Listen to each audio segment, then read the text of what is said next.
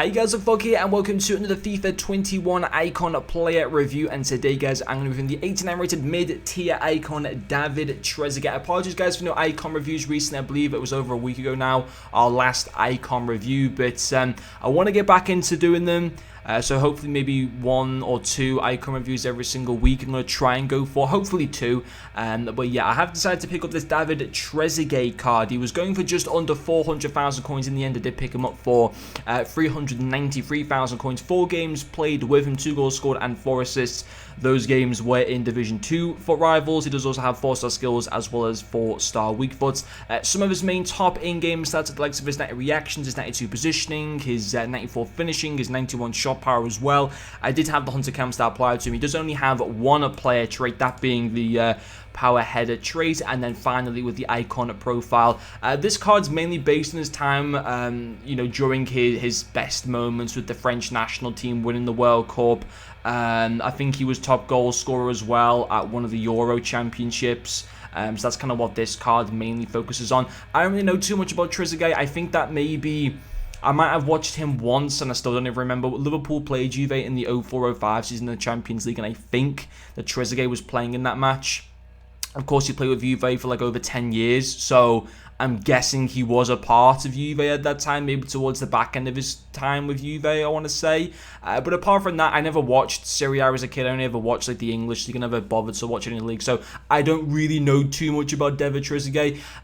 But yeah, he's still like obviously an icon of the game. I should actually try and look into his history a little bit more, to be quite honest. But yeah, anyway, in terms of how he's using game, he's alright. He's nothing amazing. I've certainly used better icon strikers this game. David Suka's a better striker. The Ian Rush card that I reviewed from last week's better. I'd even go as far to say that the Ruud van Nistelrooy 86 card probably was better in game in my opinion. Just worked for me more. Marco van Basten's 91 cards better than Trezeguet in my personal opinion. I don't think he's not unusable or whatever. He doesn't probably fit like the main meta that you're probably looking for. When you think about spending 400,000 coins, I wouldn't put 400k straight just onto this card in particular.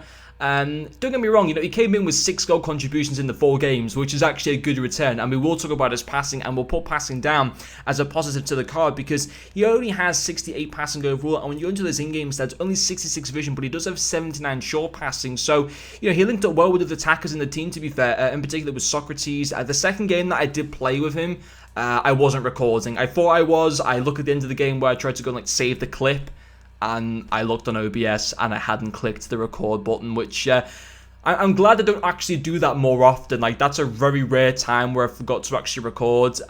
So it's always going to happen every now and then. But he did actually get 2 assists in those games. So I just went into like the match highlights and recorded the 2 separate assists that he got. So you might see a couple of the highlights look really weird. That was the game where I'd forgot to actually properly record something. But yeah, his passing was great, and that he did create other opportunities for attackers in the team.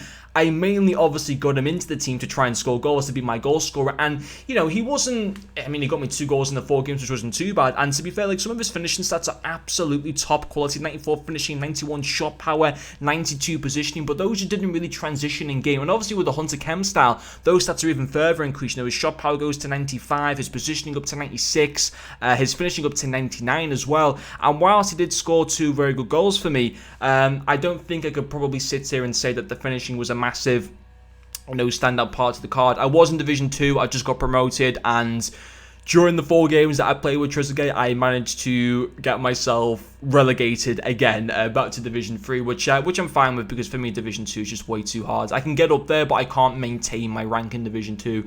But I'm pretty like sound in staying in like Division 3. That's not a problem. But I would say that the passing was probably the main standout part to him.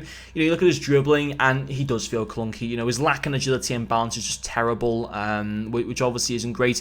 Didn't feel as clunky as what I thought he was going to feel. I thought he was going to feel worse than what he actually did. I'm not saying he felt fantastic on the ball. He still felt a bit difficult to turn with. I like players that it's easy to be able to turn with on the ball and stuff.